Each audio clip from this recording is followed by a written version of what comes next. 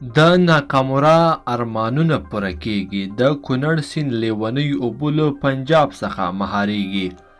چې د کونړ او کابل پر سیندونو څنګه د برېښنا بندونه جوړیږي، ولسمشر غني تازه کوم اقدام کړی دی، په دې ویډیو کې را سره وګورئ او چینل سبسکرایب کړئ. درنو لیدونکو السلام علیکم، وخت مو پخیر. څو ورځې وړاندې له استرالیا هیواد څخه د یوې لوی کمپنۍ رئیس له خپل ټیم سره یو ځای هیواد ته راغلی، تر څو دلته د کانونو او انرژۍ په برخه کې د پانګونې فرصتونه وګوري.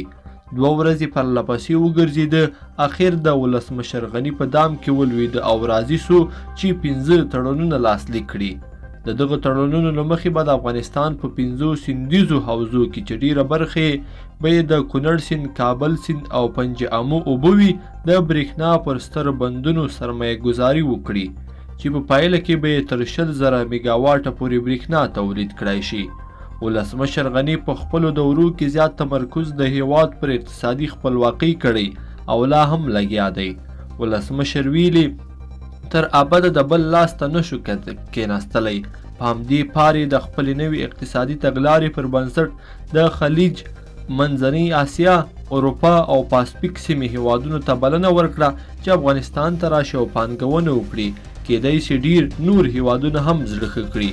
اسلام آباد او تهران له تندې وژنو اوبه ترې راګرځوو، خپل هیواد په آباده وو. دا هر څه مدبر غني ممکن کړل. هو، دا سړی سوله هم درته راولي.